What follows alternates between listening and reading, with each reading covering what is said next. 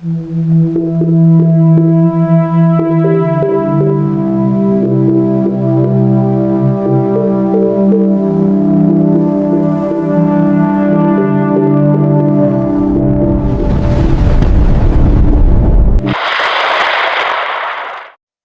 araw sa inyong lahat.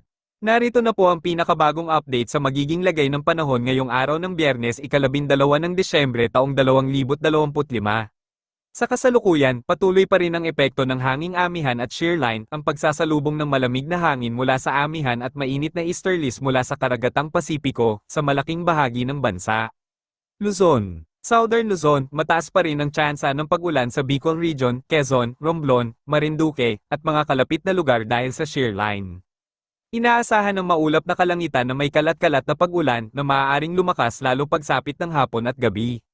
Northern Luzon, dahil sa hanging amihan, makakaranas ng maulap na papawirin na may banayad hanggang katamtamang pag-ulan ang Cagayan Valley, Isabela, Aurora, Batanes, kabilang ang Babuyan Group of Islands. Mag-ingat po sa biglaang buhos ng ulan lalo na sa hapon at gabi. Sa Ilocos Region at Cordillera Administrative Region, bahagyang maulap na kalangitan na may paminsan-minsang pag-ulan o thunderstorms. Metro Manila at gitnang Luzon, inaasahan ng pagsilip ng araw sa umaga, ngunit pagsapit ng hapon at gabi ay magkakaroon ng maulap na papawirin na may pagkulog at pagkidlat. Ihanda po ang payong o payong tabing para sa biglaang pag-ulan. Silangang Visayas, mataas ang tsansa ng pag-ulan sa Samar, Eastern Samar, Northern Samar, at Biliran dahil sa epekto ng shear line at hanging amihan.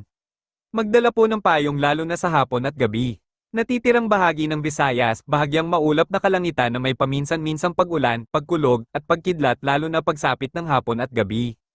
Halimbawa, sa Dumaguete, Negros Oriental, inaasahan ng mga pagitan ng ulap at sikat ng araw ngayong araw. Mindanao. Buong rehiyon, maaliwalas na panahon ang inaasahan sa umaga hanggang tanghali. Gayunpaman, pagsapit ng hapon at gabi ay magkakaroon ng bahagyang maulap na papawirin sa ilang bahagi. Manatiling alerto po at updated sa mga susunod na ulat. Karagatan. Walang nakakataas na gale warning sa anumang bahagi ng karagatan ng Pilipinas.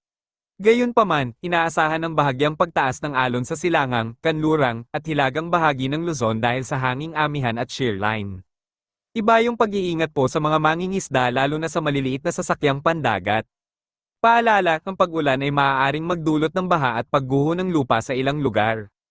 Manatiling alerto, magdala ng payong o payong tabing kapag lalabas at sundin ang mga payo ng inyong lokal na pamahalaan. Ingat po tayong lahat at maraming salamat sa inyong panahon.